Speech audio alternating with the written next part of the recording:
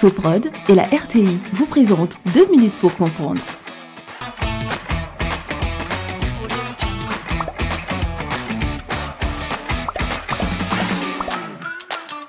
Bonjour, bienvenue dans 2 minutes pour comprendre, votre capsule quotidienne qui vous aide à comprendre comment fonctionne le monde qui nous entoure.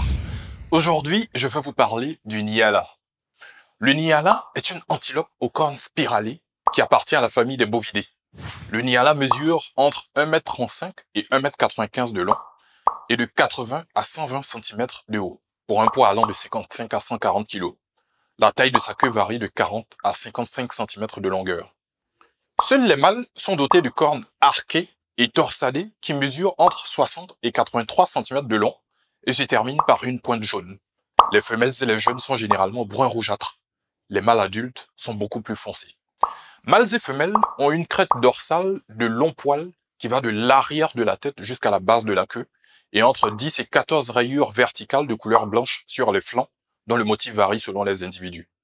Les deux sexes présentent un marquage noir sur le museau, juste en dessous des yeux blancs, un menton blanc, 2 points blancs sur les joues et une tache blanche sur le bas de la gorge.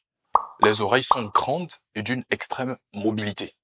Elles lui servent, en plus de son odorat développé, à repérer l'arrivée éventuelle d'un prédateur. L'aire de répartition naturelle du Nyala se situe en Afrique du Sud-Est, de la vallée du Shire au Malawi, en passant par le Mozambique jusqu'au Zimbabwe et au Swaziland.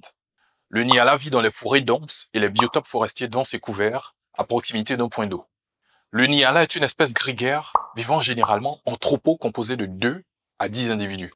Ces troupeaux peuvent être entièrement composés de mâles, ou encore de femelles et de leur progéniture, avec un mâle dominant. Les vieux mâles sont généralement solitaires.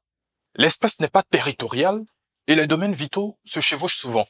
Le Nyala peut être actif pendant la journée, mais il est plus fréquent que ses activités soient concentrées dans la soirée et la nuit, se reposant dans d'épaisses broussailles pendant les heures les plus chaudes de la journée.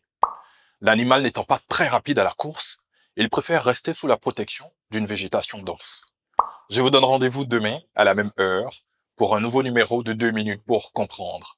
Soprod et la RTI vous ont présenté 2 minutes pour comprendre.